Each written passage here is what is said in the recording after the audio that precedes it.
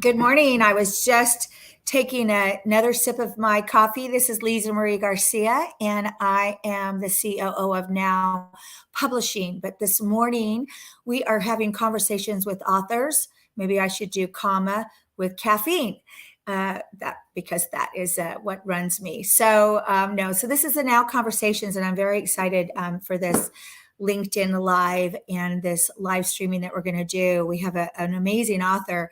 But what the point is of this Saturday morning's conversation, and I'm going to come on screen here now, the point is to ask the questions that only a book publisher can ask. So we're going to really dig in to this morning's conversation. So good morning. Here I am. Here's my coffee. Like I said, there's a little bit of blurred background here with all of our books, but thanks for joining us. And I promise you this 30 minutes is going to go by very fast. So we'll try to give you try to provide a great conversation this morning. All right. So I would love to, I'm going to introduce our guest. I'm going to do my best. I'm going to make it brief, even though she's got a very long bio because she's a very accomplished person. And I'm going to just highlight some of the fabulous things she's doing. So our guest is Sherry Leopold.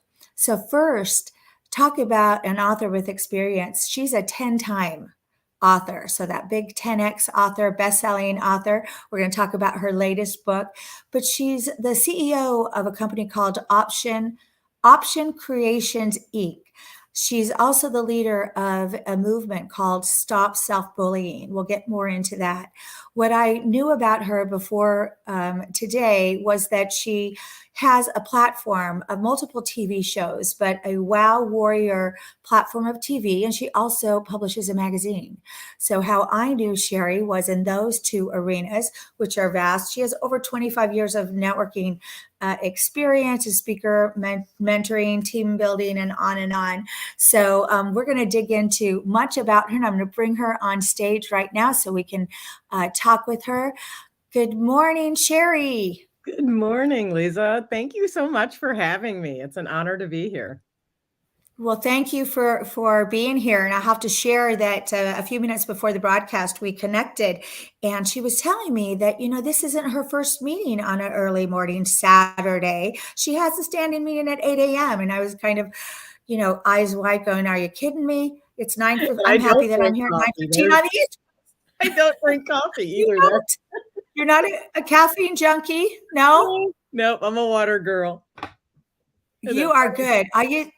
That is funny. My first book, 10 years ago, is called Never Drink Coffee During a Business Meeting. And it has a picture of the Starbucks latte cup. And again, this is 10 years ago. And they were one of my clients, which is part of my book. But the fun thing is, cut to 10 years before that, I grew up in Utah. I never had lattes. I never had coffee. And I used to say, oh, I don't drink coffee. I don't drink caffeine. I'm high on life. I'm run by life. And now I say, I can't run in life without caffeine. So there's my new thing. So I had to bring that up since you were one of those. I don't know how you do it, but all right. Well, thank you for joining. And yes, for those watchers of us right now, we'll talk about everything books and being an author. So, oh my goodness, 10-time author. That's huge. And I imagine, first of all, had to take a total 12, but 10 best-selling, actually international best-selling. So like there's a couple that didn't make it there. I think there's probably a very specific reason, maybe because I didn't use Now. They weren't mine. Well, one was mine, but I didn't know what I was doing. If I had been with you, it probably would have happened. Oh, you're so funny. Well, and what you talk about is that hindsight, right? Had I been able to do it again, which you did at times 12, so even more impressive, because yes, the best-selling idea is fabulous, but even just what you and I know it takes to build one book, yes, times it by 12 is huge. So, but you actually bring up a good point. I want to dig in a little bit more with you, where you said, had I known, or if things had been done better, or now I know, what made me go left when I should have gone right. That's a huge thing that we, in our team, we come across almost, I would say 90% of the potential client discovery calls we have where they don't know what they're getting into. Yep. They have no idea. Or they self-published their first title and were very disappointed with what happened. Or just one more instance, or they did publish with someone else and that company or person or ghostwriter or author coach, whatever it was, let them down in a big way. So what kind of advice would, could you speak to that and just give your advice being 12-time author in that, for that? Who you throw your hat in the ring with is super important. Information is king. I didn't know a lot of things when I started, and I think that happens with authors. You have this story inside you and you want to share it and you're passionate about the story, and you have to have other people who are going to help with the other parts of it. And when you don't assemble that at launch time, you're the one that gets let down, because your story that you've created, that you've poured your whole self into, whether it's in a collaborative chapter or whether it's a whole book, it doesn't matter. You've poured your heart and soul into it, and then all of a sudden it doesn't go anywhere. And people think writing the book is the hardest part. That's always the tidbit I share. They always think that's the hardest part. That's nothing compared to the marketing and having the team present that has the knowledge to help get your story to people so they can see it. That's the part that most people, like, they expend so much energy getting there that by the time it comes to that part, which is really important, they just go and it falls flat. And then they're disappointed, or they feel like they didn't do very well, when actually the story might be completely excellent that they wrote. But when you don't have the correct team, that would be my, like, if you want to boil it down to one thing, is you've got to have the right team of people, both friends, family, professionals, assembled when you go to launch something. And I didn't, on my self-bullying, what to do in the bully is you, I didn't have that, because I had those, I don't want to say stars in your eyes. I had that where I was just so excited to have finished it, and I put it out there, and it didn't go the way it should have, which I actually am going to write a second edition, I think, of it. But what I know now is that what I just said, I know I need those people. I need those systems in place.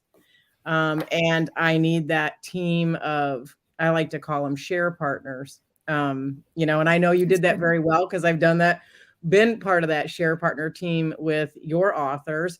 And that's critically important, that you have people in your corner. Like, it's not just about the story. It's about how we get the story out.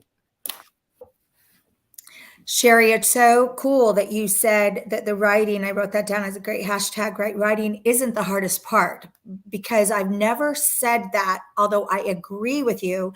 We will tell our authors, okay, the dig in is the 6 weeks or the 7 weeks or the 8 weeks, or you're downloading content and we're sending chapters back one by one and you're approving and all that. I said, that's your concentrated time. Put time in your schedule every week on it, right? And then after that, I say, then it's all fun. It's all fun from there for you. You're looking at headshots, you're proofing your bio, all that kind of fun stuff. But I say that because it's on our team, right, for the book promotion and marketing. And so that, which is more, you're 100% right, more than the effort, even on a heavy content load for our team, even more than the hours spent in editorial on heavy content editing, which can be the majority of the job costing labor for us. It can be more than that, for sure. And you're right. And the other part of what you said, which is key, is that there are elements in the marketing promotion that maybe your network doesn't know, maybe your friends and family doesn't know. How would you know it? And I'll just give you an example. Something I don't like to do, but something that we have a great person on our team that does: the market research. Not just the market research for Amazon categories and keywords. We all know that. That was 10 years ago. That was the cool thing. We all know about that now. And even SEO searching. Yeah. 10 years ago, it was a weird thing. Now we all know. And now there's great tools for it. But the market research to position your book in front of people, or alongside, just as an example, right? Alongside bestsellers, right, is a big deal. I don't know how to do that. you have to, you have to be careful about who you're hiring, who you're working with, and what strengths they have, if it's the aim of your book. Now, that's the other thing, is you have to decide what your, as you know, what is the purpose of this book? Because not all books are to be bestsellers. Some have other specific areas. Yeah, Yeah. and I like to, I have lots of sayings that I'm famous for, but one of them is questions are the answer, and when you're working with a team and you're trying to put something out that's as important to you as your story, your book, and your content that you've worked so hard on, for goodness sake, ask the right questions, of the person that you're going to work with. If you're going to assemble a team, ask the right questions. And you may have to do your own research to find out what those questions are, but you need to know that the people that you're working with, they know what they're doing, right? And that they have a track record like you guys do at Now Publishing. That's the point, is making sure that you're asking the right questions so that that that's the person that you want to partner with, because that mission to get that book out should be precious to you. And therefore, you should be curating and really cultivating the team that you want to help you share your story correctly. Yeah, no, very important. I do, as I listen to you though, I do know that it is difficult for first time authors to find the right questions to ask. And yes, your advice of search it out and ask, unfortunately though, that can become very kludgy and misinformation to them. I've had authors come back and say, well, so, this is how it's supposed to be because I talked to this other person that's very successful. And when I dug in, it was like a fiction romance bestseller person that got an agent 10 years ago, that it was 360-degree different experience. So that's troubling. The other thing that's troubling in the clear road of this is how you should publish it, and this is who you should publish with, and that is that they're not only misinformation, but there's cyberbullying, there's fake people. Whenever we have to prep our client. We're working with a client that published a couple months ago. Now she's starting to get on Facebook, but we have to have that conversation right at the beginning of prepare to see the haters, prepare to see people that lie, prepare to, because we've seen this before. I know you have where people will say, I read your book and it was the worst book ever. And they never read it. And you don't know them, and they, Yep. they're just bored, and they're just need some outlet, and apparently you happen to be it at that moment. And actually, But I would just step up and say that they were self-bullying. What they're saying to yeah, themselves is so bad that they need to try to make somebody oh else my gosh, feel bad. That's what it you're comes. going to make go into that conversation, which I really want to. Let's just, because you got so much to say. No, you've got such great insight that I wanted to hear from you on that. Let's just talk a teeny bit more writing, and then let's hop into Absolutely. that. Well, and one of the things, so since we happen to be on the subject of, what, like you said, that age old saying that's true. We are the 5 people we surround ourselves with. I believe it. I've seen it. I live it. I tell my high school and now college daughters this all the time. Just said it again this week. It's so true and so important. So that has to do with the publisher that you trust to write and publish your book. One of the things I suggest as a way to kind of cut through all the what's out there about publishing is I like to put in the hands of the potential client our books, and I like to give them our most recent books. I'm happy to give them any book that they go on our website that they might be interested in, but I like them to look at the recent book, because I think at the end of the day, or I know at the end of the day, you've written your 12 books. I mean, from the first one to now, you might not have any relations with the people on the first book potentially, but you have the book. And so the book has to be rock star, has to be, so I feel like that's the way we say, look, here's the product we produce. all things aside, everything you Google or search, here's what the book is. And I invite them to our book launches and all that. So that's one way, but it is more, it's many more elements are involved in publishing than just the book. But that's kind of one of the ways that I kind of step ahead of it. And I ask them, and then I'll stop talking here. Sorry. I must have too much caffeine, I think. Well, then I asked them, I said, and any other publisher that you're potentially thinking of hire, do the same. Say, I'd like to see the book. We will interview editors. We're always looking for great content editors. Those are the rock stars that are very hard sometimes to find. Yeah. And one thing we ask them in the interview is, can you tell us 2 titles that you've edited of books? And we had one recently that couldn't tell us any titles, anything, couldn't remember. I know, and so it's kind of difficult. And waited for her to come back and email us, and yeah. So, but yeah. Great advice. Boy, you should write a book about that. Like, it's funny because like all the experiences have been different. I always say there are certain people when people say, oh, you've done this, who do you work with? Like, I have certain people that I will recommend and certain people I won't. Now, it isn't that I don't like the people associated with them personally. But it's about the experience, I think, for the author, right? At the end of the day, they have that precious story or content, whatever it is. And it really is a very personal story, no matter what it is that they're writing about. But they've put a lot of their personal, energy into it.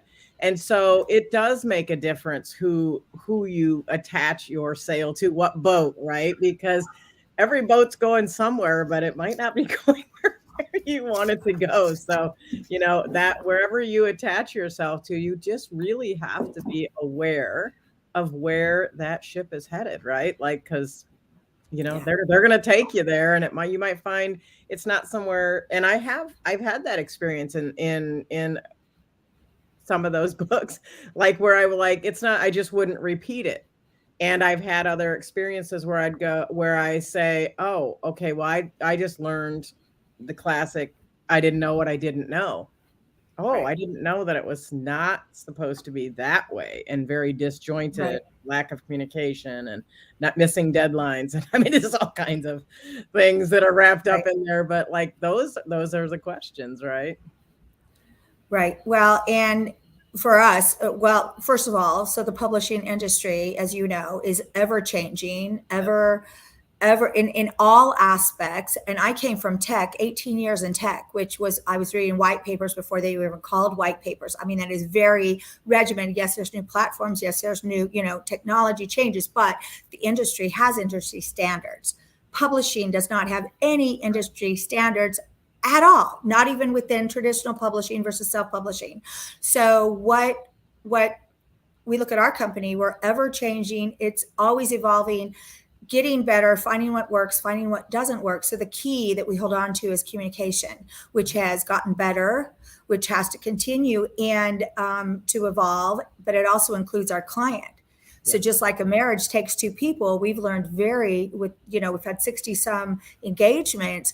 We've learned what will or will not make a successful team. And sometimes it is on the client not stepping up or not being the person that we thought they were, unfortunately. But, we're all humans. We all. Yeah. And you're a team. You're part of that process, right? Like, and if you can't, like, a baseball team doesn't win just because one person hits a home run. All the other elements have to happen. Like, you're part of that team, and you have to, as the author, step up and do your part. And oftentimes you're assigned certain things to do. And if you don't do them, I was in one that was that. And it was like it was a collaborative one, trying to get the other authors even together to support one another was like, I was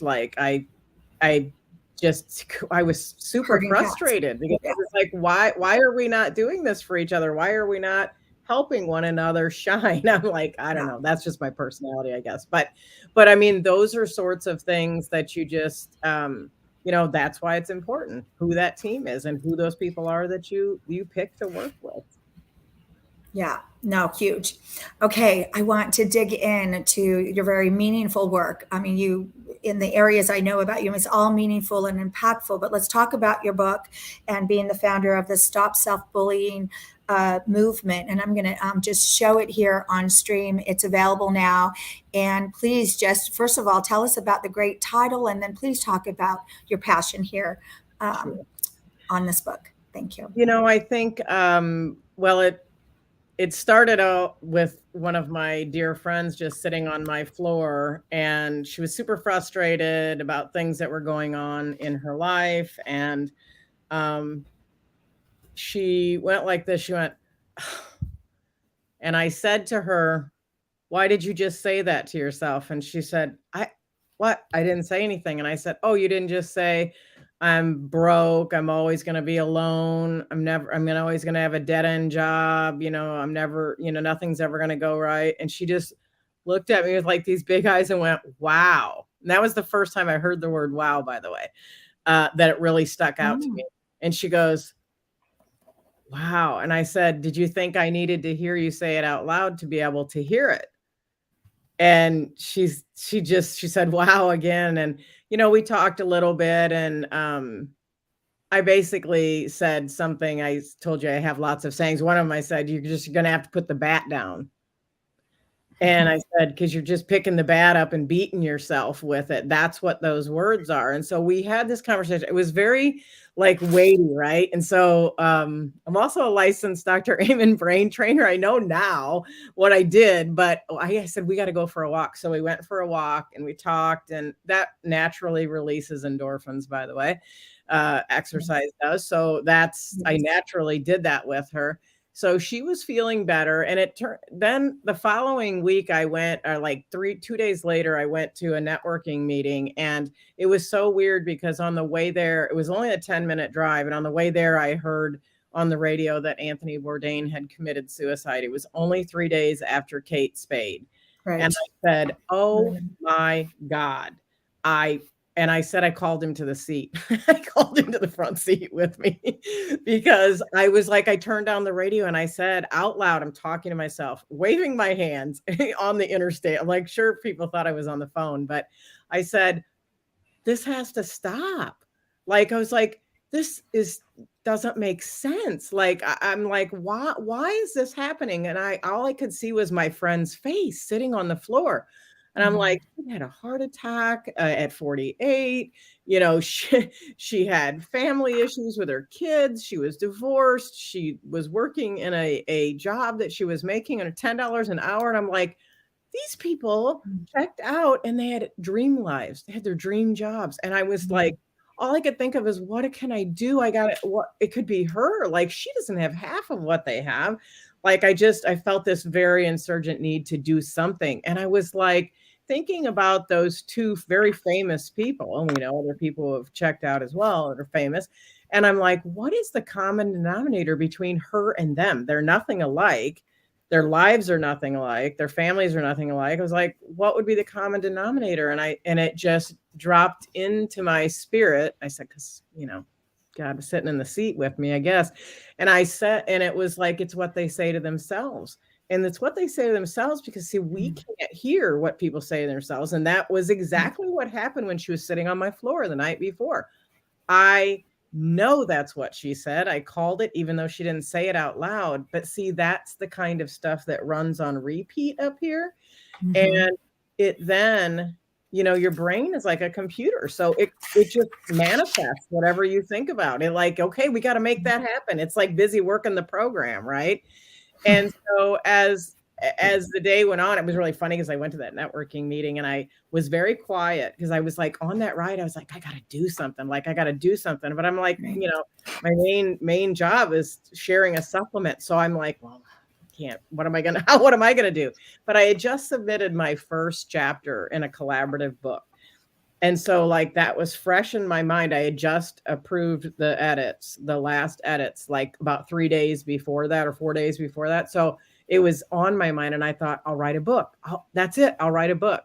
And I swear to you, Liza, it was just like God spoke it out loud. He said, when I said, what is it? It's the same. And it, dawned on me, it was like what they say to themselves. And I was like, self-bullying, like what to do when the bully is you. And I was like, I had the title like, bam.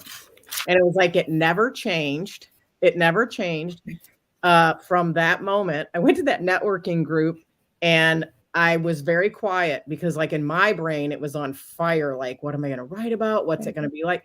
But here's the thing. I didn't have a single word to that book. I didn't know exactly what it was going to look like. I didn't know how I was going to help people. But what I did know is that it felt right. And I felt calm in my spirit, right? Like this was what I was supposed to do. And a friend of mine after that said, after the meeting said, oh, I haven't seen you for a while. What you been up to? And I said, I'm going to write a book. She goes, you are? She said, what's it called? And I said, self-bullying, what to do when the bully is you. And she went, wow, that's amazing. She said, I cannot wait to read it. I'm dying inside laughing. And because in my mind, I immediately said, I can't wait to write it because I didn't have a word. Right. You're like, hold it. Did I just say that? Yeah. I said it out loud. And I was like, okay, now I guess it's got to happen. So I did spend the next year writing on that. But I actually started speaking on the topic before it was even written. And you know what? I had faith that it would all come together. It would all pour out everything that would come to me. But that wow that I know you're familiar with, it was the word I heard. I think the first 10 people I shared it with, they all said the same thing. They said, wow. So that has been intricately woven into this movement. Everything I've done in WOW is really helping each and every person understand that they are an unrepeatable miracle, exactly as they are. No qualifiers. You're not too fat. You're not too skinny. You're not too gray. You're not too freckly, dark skin, light skin, whatever way you are is that unrepeatable miracle. Because there's not a single person on the planet with your DNA. Right. Actually, I was going to say at the end of the show, which we're getting close to, that our latest release is called "Who Are You? Who You Want to Be?" and it's about identity. And on the front cover is a thumbprint. So again, that idea. But I've never heard of that hashtag unrepeatable miracle.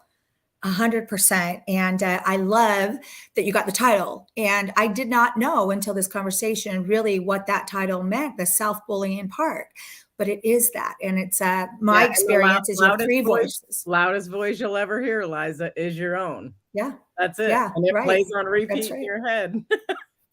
That's just fantastic. And I think, what is it? Recognition is the first step, right? So that message in your book, let's put it back up again here, but that message in your book, to stop the self-bullying, what to do when the bully is you, that's just so powerful and so life-changing.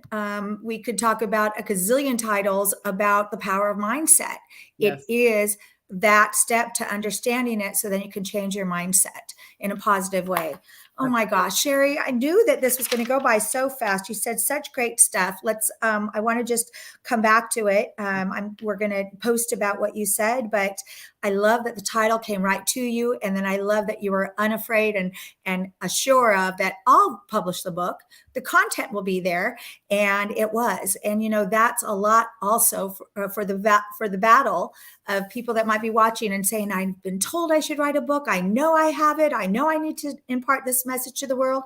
Just start and it will come. And if you can find some help, anyone to encourage you or to share their journey in publishing or, good or bad, go for it. Like we talked about. And I'm always happy. I love to connect with people. I love to brainstorm with people that anybody can connect with me. I'm happy to, help even have the conversation as what do you want to write about? So they can always reach out to me. Sherry, thank you. And I put in the comments and we'll put the links in when we rebroadcast the show, but it's very easy to connect with Sherry. It's just sherryleopold.com. So you can connect that way. So please do. And then we put the name of the book in the comments as well.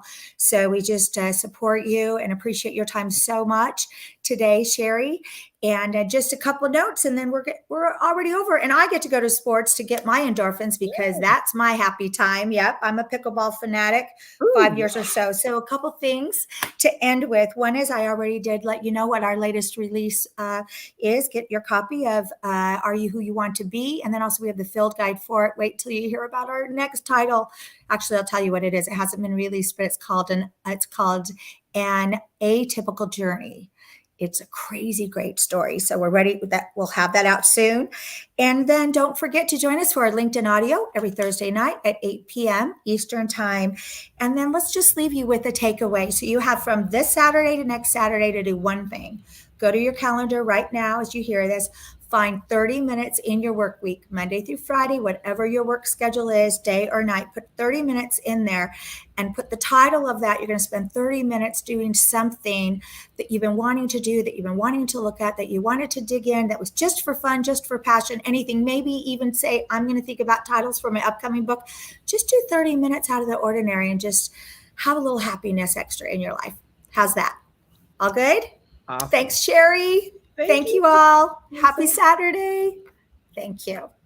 Bye now.